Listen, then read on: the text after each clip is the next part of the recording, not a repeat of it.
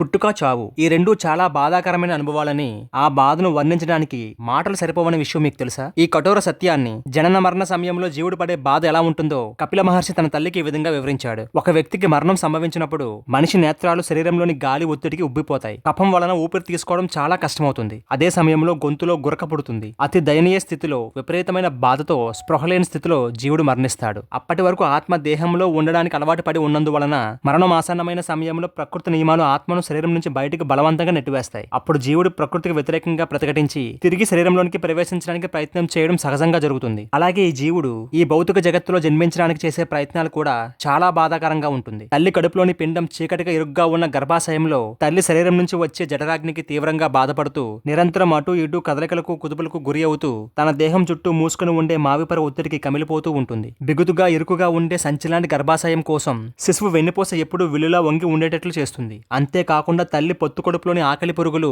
వాటి ఆకలి దప్పికలను తీర్చుకోవడానికి శిశువు శరీరం అంతా తిరిగి తిరిగి కొరుకుతూ ఉండడం వల్ల ఆ జీవుడు చాలా బాధపడతాడు. మనిషి జననం మరణం కంటే చాలా బాధాకరంగా ఉంటుంది. ఎందుకంటే మనిషి మరణం కొన్ని నిమిషాల్లోనూ లేదా కొన్ని గంటల్లో జరిగిపోతుంది. కానీ మనిషి జననం 9 నెలల సుదీర్ఘమైన ఇరుకైన చీకటి గర్భవాసం.